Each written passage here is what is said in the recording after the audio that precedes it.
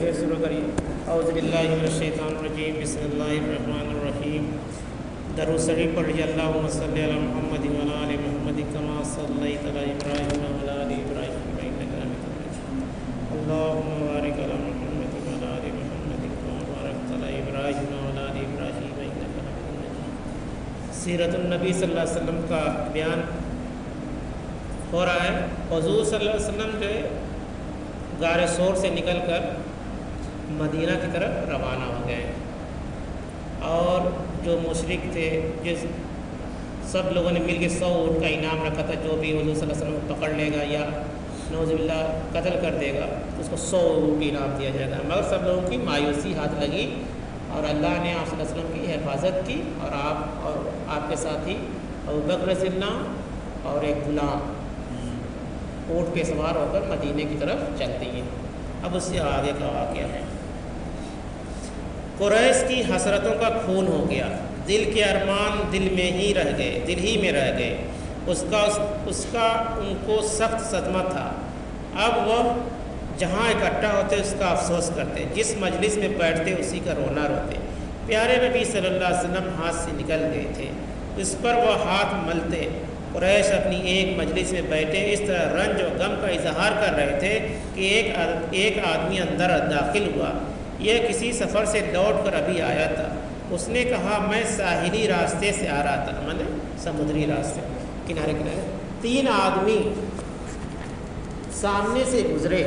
میرا خیال ہے وہ محمد اور ان کے ساتھی ہی تھے صلی اللہ علیہ وسلم، ٹھیک ہے۔ وہاں سراقہ نامی ایک آدمی بھی تھا، یہ جوشم کا بیٹا تھا، بہت دور رس اور سمجھدار آدمی تھا۔ یہ بات سنی تو سمجھ گیا اس آدمی کا اندازہ بالکل صحیح ہے، لیکن اس کی تمنا تھی محمد صلی اللہ علیہ وسلم کو پکڑنے کا، فخر اسی کو حاصل ہو، انعام کے 100 اونٹ بھی اسی کو دروازے پر بدھے۔ اس نے لوگوں کو بہکانے کے لیے فوراً تردید کی، بولا، نہیں جی، اب وہ یہاں کہاں بیٹھے ہیں؟ ابھی کچھ آدمی میرے سامنے ہی اس طرف گئے ہیں، میں تو ان سے اچھی طرح واقف ہوں۔ سب کو سراقہ کی بات صحیح معلوم ہوئی، کسی نے اس آدمی کی طرف دھیان نہ دیا۔ سراقہ کچھ دیر وہاں بیٹھا رہا، پھر اٹھا اور گھر کی طرف روانہ ہو گیا۔ اس آدمی تو بات صحیح بتاتے، مگر سراقہ چاہ رہا تھا کہ کوئی اور نہ جائے، ہم ہی چلے جائیں۔ تو جانا تھا یہ آدمی سچ بتا دیا لوگوں کو۔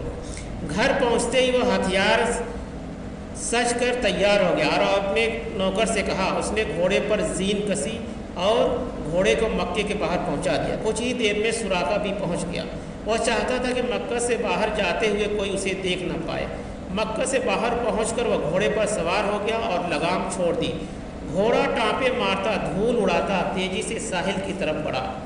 کیا یہ ممکن ہے کہ سراقہ محمد صلی اللہ علیہ وسلم کو پالے جبکہ اللہ نے غار پر مڈلانے والے خطرات سے بچا لیا؟ نہیں، ہرگز نہیں۔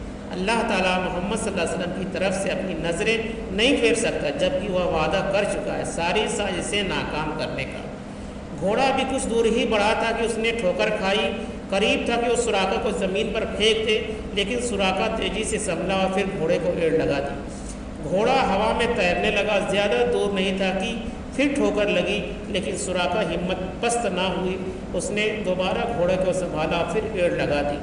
اگرچہ وہ کچھ مرعوب تھا، کچھ خوفزدہ اور ہراساں تھا، کچھ مایوسی کا بھی شکار تھا۔ ادھر گھوڑا سرپٹ بھاگا چلا جا رہا تھا۔ قافلہ ایک دن رات برابر چلتا رہا، نہ کسی دشمن کا سامنا ہوا، نہ کوئی پیچھے کرنے والا نظر آیا۔ ابوبکر رضی اللہ بالکل اطمینان تھے، دل کی گھبراہٹ اور پریشانیاں دور ہو چکی تھی۔ پیارے نبی صلی اللہ علیہ وسلم کے بارے میں اب کسی خطرے کا اندیشہ نہ رہ گیا۔ دوسرے دن دوپہر کا وقت تھا، دھوپ کی گرمی سے جسم بھنا جا رہا تھا۔ ابوبکر رضی اللہ کی خواہش ہوئی کہ حضرت کچھ آرام فرما لیں۔ ہر طرف نظر دوڑائی، ایک چٹان کے نیچے سایہ نظر آیا، وہیں جا کر اتر گئے۔ جلدی سے آپ صلی اللہ علیہ وسلم کے لیے جگہ ٹھیک کی، بکری کی کھال بچھائی، پھر کھانا پیش کیا۔ سب نے ایک ساتھ بیٹھ کر کھانا کھایا۔ آپ صلی اللہ علیہ وسلم نے تھوڑی دیر کے لیے آنکھیں بند کر لی اور آرام فرمانے لگے۔ سورج اب ڈھل چکا تھا، پاس ہی ایک چرواہا بکریاں چرا رہا تھا۔ ابوبکر رضی اللہ نے جا کر اسے دودھ دہنے کو کہا، پھر حضرت صلی اللہ علیہ وسلم کے پاس آئے، دودھ میں تھوڑا سا پانی ملا کر پینے کے لیے پیش کیا۔ آپ صلی اللہ علیہ وسلم پی کر فرمایا اب ہمیں یہاں سے چلنا چاہیے۔ پھر آپ صلی اللہ علیہ وسلم وہاں سے روانہ ہونے لگے۔ اچانک ابو بکر رضی اللہ عنہ کی نظر جنوب کی طرف پڑی، دیکھا ایک سوار بہت تیزی سے لپکا چلا آ رہا ہے۔ ابو بکر رضی اللہ عنہ کا دل دھک دھک کرنے لگا۔ عرض کیا اللہ کے رسول صلی اللہ علیہ وسلم اب تو ہم دھر لیے گئے، مگر آپ صلی اللہ علیہ وسلم کے اطمینان کا وہی عالم تھا۔ بہت سکون سے فرمایا ابو بکر گھبراؤ نہیں، اللہ ہمارے ساتھ ہے۔ اللہ سچ مچ ان کے ساتھ تھا۔ سراقہ کا گھوڑا بہت قریب آ چکا تھا، وہ بالکل نظروں کے سامنے تھا۔ اس کی ٹاپوں کی آواز کانوں میں آ رہی تھی۔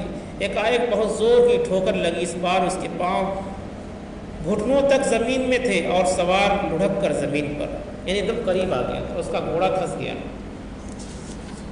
اس کا چہرہ ریت سے بالکل اٹ گیا اور ہمت نے جواب دے دیا۔ سراقہ کو اب یقین ہو گیا کہ آثار اچھے نہیں ہیں۔ میں نے جس کام کا بیڑا اٹھایا خدا اس سے راضی نہیں ہے۔ میں وہیں رک گیا، وہ وہیں رک گیا اور زور سے آپ صلی اللہ علیہ وسلم کے ساتھیوں کی آواز دی۔ کئی بار اس کا گھوڑا گرا پڑا، آخر میں اس کا گھوڑا دھس گیا، ایک دم قریب آ گیا۔ مطلب ایسا تھا کہ اب پکڑنے کا حضور صلی اللہ علیہ وسلم کی ساتھیوں کو، مگر کچھ وہ بھی سمجھ گیا کہ یہ اللہ کی طرف سے مصیبت ہے۔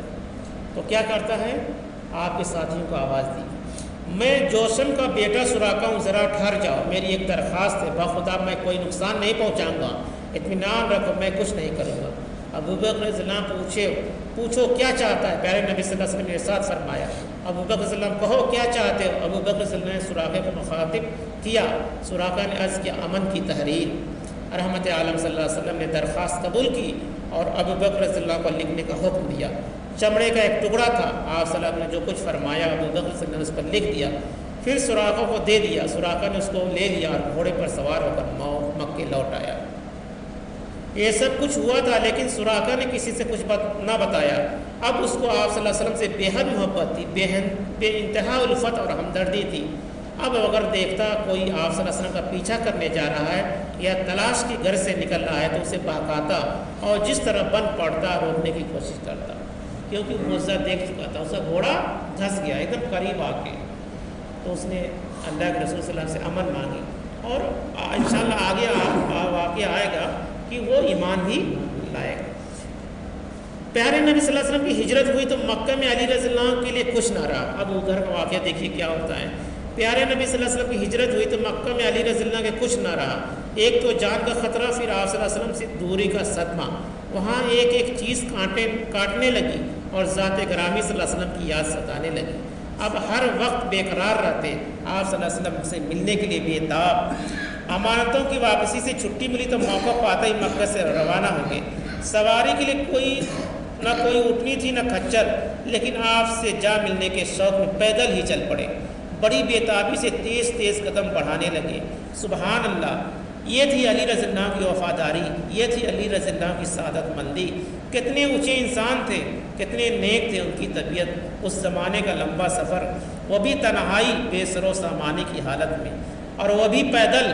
کتنی بلند تھی ان کی ہمت، کیسا محکم تھا ان کا عزم، یعنی کچھ نہ تب پیدل نکل گئے۔ راستہ بھی کیسا، لک و دک ریگستان، ہر طرف ویران سنسان، نہ سایہ قیاس نہ پانی کا امکان، اوپر سے چلچلاتی ہوئی دھوپ، نیچے سے تپتی ہوئی ریت جیسے آگ کی چنگاریاں۔ لیکن یہ سب چیزیں ایک طرف، رسول خدا صلی اللہ علیہ وسلم کی محبت ایک طرف، حضرت علی رضی اللہ عنہ بے اختیار خطرات میں کود پڑا، راستے کی پریشانیاں جھیلتے رہے، دشوار گزار نشیب و فراز طے کرتے رہے، اور رات و دن آگے بڑھتے رہے۔ ان کو بس ایک ہی دھن تھی، ایک ہی آرزو تھی، ایک ہی تمنا تھی، پیارے بھائی کا دیدار، یعنی حضور صلی اللہ علیہ وسلم کا دیدار ہو جائے، مخلص دوستوں سے ملاقات، اور بس وہ چلتے رہے یہاں تک کہ تلوے لہولہان ہو گئے، پیر بے جان ہو گئے، چلنے کی طاقت نہ رہی، لیکن حوصلے ابھی جوان تھے۔ ایک دھن تھی جو انہوں نے بے اختیار کھینچے لیے جا رہی تھی، ان کے پیر خون میں نہائے ہوئے، پیر تیزی سے بڑھے چلے جا رہے تھے۔ ان کو یہ گوارا نہ تھا کہ ذرا ٹھہر کر دم لیں، تکان سے چور جسم کو کچھ آرام دے لیں۔ وہ درد کی ٹیس اور تکان کی تکلیف پر صبر کرتے رہے اور بےتابی کے ساتھ کعبہ مقصود یعنی پیارے نبی صلی اللہ علیہ وسلم کی طرف دوڑتے رہے۔ مدینے سے 3 میل کے فاصلے پر ایک چھوٹی سی آبادی تھی۔ یہ ذرا اونچائی پر واقع تھی، عالیہ اور قبا نام سے مشہور ہے۔ یہاں مسلمانوں کے کئی اونچے گھرانے تھے، پیارے نبی صلی اللہ علیہ وسلم ان کے مہمان ہوئے، مہمان ہوئے 14 دن وہیں ٹھہرے رہے۔ وہاں کے دوران قیام میں خود دست مبارک سے ایک مسجد کی بنیاد ڈالی جو مسجد قباء کے نام سے مشہور ہے۔ 14 دن وہاں پہ رہے۔ مدینے سے کتنا دور تھا؟ 3 میل کے فاصلے پر۔ یہیں پر علی رضی اللہ عنہ کی آپ صلی اللہ علیہ وسلم سے ملاقات ہوئی اور چھوٹا مجاہد بڑے مجاہد کے ساتھ ہو گیا۔ اب خوشی کا کیا ٹھکانہ تھا؟ ایک ساتھ 3 خوشیاں اکٹھا تھیں۔ آپ صلی اللہ علیہ وسلم سے ملاقات کی، دشمنوں سے نجات کی خوشی، پھر جانثار ساتھیوں میں پہنچنے کی خوشی۔ 14 دن گزر گئے تو آپ صلی اللہ علیہ وسلم نے ساتھیوں سے شہر کا رخ کیا۔ مدینہ میں آپ صلی اللہ علیہ وسلم کی آمد کی خبر پہنچ چکی تھی۔ اب کیا تھا؟ ہر طرف عجیب و غریب منظر تھا۔ مسلمان، مشرک اور یہودی سب خوش تھے اور مسرت کے گیت گا رہے تھے۔ پیارے نبی صلی اللہ علیہ وسلم ساری لوگوں شوق محبت سے بےتاب تھے۔ ہر طرف ایک ہمہ ہمی تھی، ہر طرف آپ صلی اللہ علیہ وسلم کی آمد تھی۔ سب پر انتظار کا عالم تھا۔ ننھے بچے تک خوشی سے ناچ رہے تھے اور گلیوں میں کہتے پھر رہے تھے کہ پیارے نبی صلی اللہ علیہ وسلم آ رہے ہیں۔ لوگ ہر روز صبح سویرے شہر سے باہر نکل جاتے اور بےتابی کے ساتھ افق پر نظریں جما دیتے۔ اس طرح وہ پہروں اور آپ صلی اللہ علیہ وسلم کا راستہ دیکھتے رہتے، پھر مایوس ہو کر حسرت کے ساتھ لوٹ آتے۔ ایک دن وہ انتظار کر کے واپس چلے جا چکے تھے۔ ایک اونچے ٹیلے سے آواز بلند ہوئی اور ساری فضا میں گونج اٹھی، لوگوں جس کا انتظار تھا وہ آ گیا۔ یعنی لوگ آ کر روز انتظار کرتے تھے۔ ایک چھوٹا سا جملہ تھا جس پر سارا مدینہ بےتاب ہو اٹھا۔ سب کے دل میں بلیوں اچھلنے لگے، مردوں کی سینے خوشی سے امٹ آئے، بچے اور عورتوں کے چہرے پھول کی طرح کھل اٹھے۔ ہر ایک یہ آواز ایک یہودی کی آواز تھی جو مسلمانوں کی طرح بےتابی سے محمد صلی اللہ علیہ وسلم کی انتظار کر رہا تھا۔ اس نے اپنی آنکھوں سے دیکھا ہر مسلمان محمد صلی اللہ علیہ وسلم کے انتظار میں خوشی سے بے قابو ہے۔ ہر ایک کے گھر عید کا سماں ہے، ہر سو ایک عجیب دھوم دھام ہے اور چہل پہل ہے، کیوں محمد صلی اللہ علیہ وسلم آ رہے ہیں۔ اس سے بہت متاثر ہوا۔ اب اس پر بھی ایک انتظار کا عالم تھا۔ آج اس نے دیکھا ایک چھوٹا سا قافلہ آ رہا ہے، سمجھ گیا یہی وہ ہر دل عزیز مہمان ہے۔ خوشی سے پکار اٹھا، لوگوں جس کا انتظار تھا وہ آ گیا۔ تمام بوڑھے اور جوان بےتابانہ گھروں سے نکل آئے اس نئے مہمان کے استقبال کے لیے۔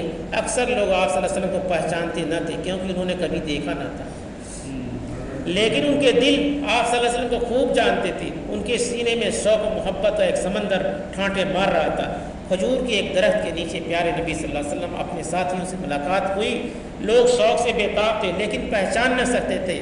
حضرت ابو بکر صلی اللہ علیہ وسلم دھوپ سے بچانے کے لیے سر پر چادر ڈالی، تب لوگوں کو معلوم ہوا یہی اللہ کا پیارا رسول ہے صلی اللہ علیہ وسلم، کیونکہ پہچانتے نہیں تھے۔ بھائی 3 لوگ تھے، کون ہے اس میں؟ یہ جمعہ کا دن تھا۔ کون دن تھا؟ جمعہ کا دن تھا۔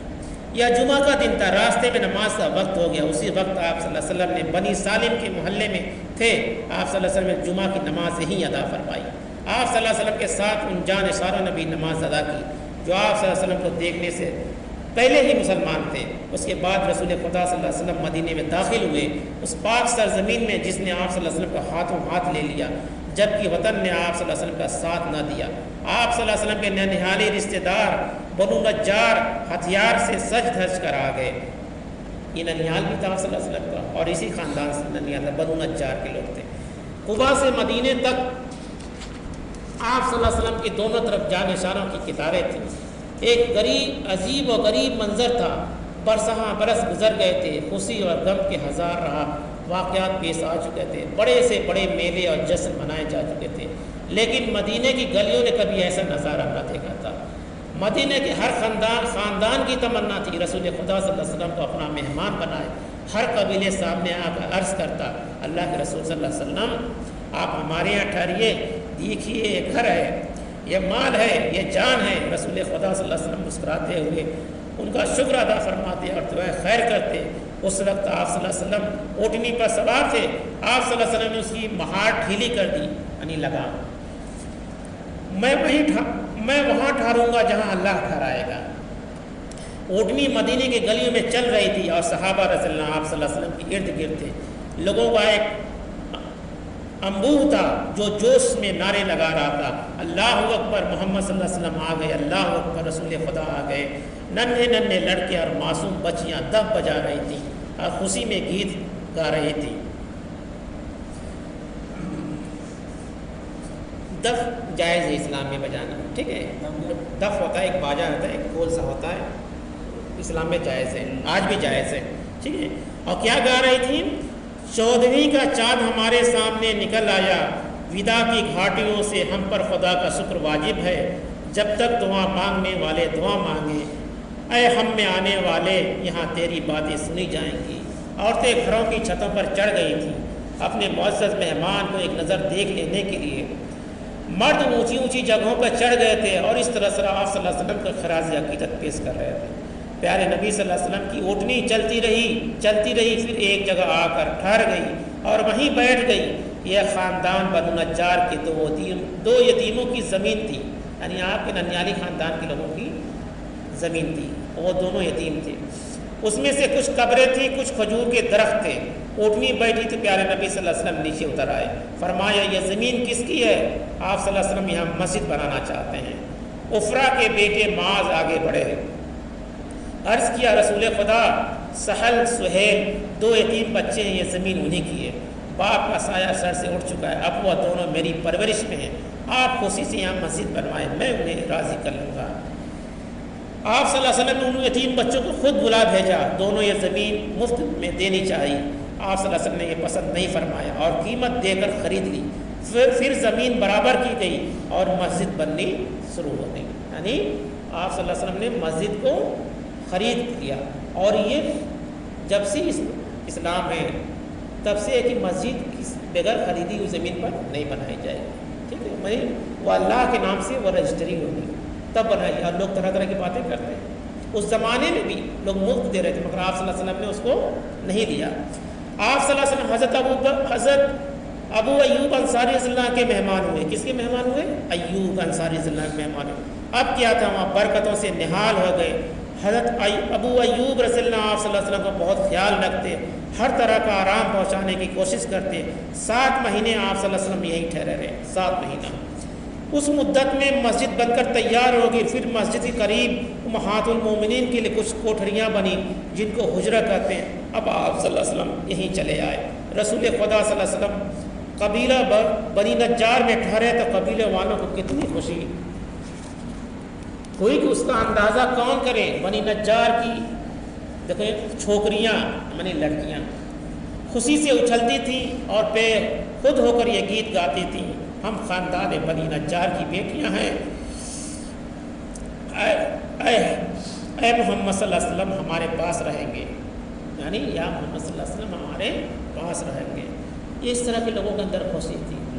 اور وہی جگہ وہی مسجد نبوی ہے جو آپ مدینے میں جو مسجد نبوی قائم ہے اس وقت، وہی جگہ ہے۔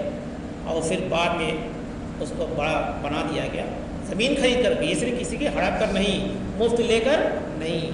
تو یہ تھی محبت رسول، کیا تھی؟ کیونکہ مدینہ کے لوگوں نے وعدہ کیا تھا، کیا وعدہ کیا تھا مکے میں جا کے کہ آپ صلی اللہ علیہ وسلم جب آئیں گے تو ہم لوگ جان مال سے آپ کے اوپر قربان ہو جائیں گے، کسی طرح کی آپ کی مصیبت اٹھانے نہیں دیں گے۔ تو یہ ہوتا ہے رسول خدا کی محبت۔ اچھا، آپ صلی اللہ علیہ وسلم مدینے میں اور مکے میں کتنے سال تھے؟ مدینے میں کتنے سال تھے؟ اب آئے گا واقعہ، ابھی آ گیا ہے کیا، اب تو وہاں سے چلے آئے، ٹھیک ہے، مگر کتنے سال؟ ارے 10 سال رہے ہیں، 10-12 سال اندازے سے بتا رہا ہوں۔ تو یہ رہا، مکہ کے لوگوں نے ساتھ نہیں دیا مگر مدینہ کے لوگوں نے کھل کر ساتھ دیا، اور آپ صلی اللہ علیہ وسلم وہیں رہے اور وہیں سے حکومت کی، کیا کیا؟ وہیں سے حکومت کی۔ اس لیے حضور صلی اللہ علیہ وسلم کے مکے مدینے والوں کو کبھی تم برا بھلا نہ کہنا اور ان کا خیال رکھنا۔ آپ صلی اللہ علیہ وسلم نے لوگوں کو یہ نصیحت فرمائی، اس لیے ہماری بھی ذمہ داری ہے کہ ہم مدینہ والوں کو کچھ کہنا نہیں چاہیے۔ اور مکے کی بھی اہمیت ہے، ایسے نہیں ہے، مگر ساتھ دیا کس نے؟ مگر جب تک ابو طالب تھے تب تک مکہ میں بھی آپ صلی اللہ علیہ وسلم کو کسی نے کوئی بال بیکا نہیں کر پایا۔ تو یہ دیکھیے اس طرح سے اللہ تعالیٰ جس کی حفاظت کرنا چاہے، اللہ تعالیٰ جس کی مدد کرنا چاہے، کوئی روک نہیں سکتا۔ یہ ایمان اور یقین اور وہی محبت رسول آج بھی ہونا چاہیے، ٹھیک ہے۔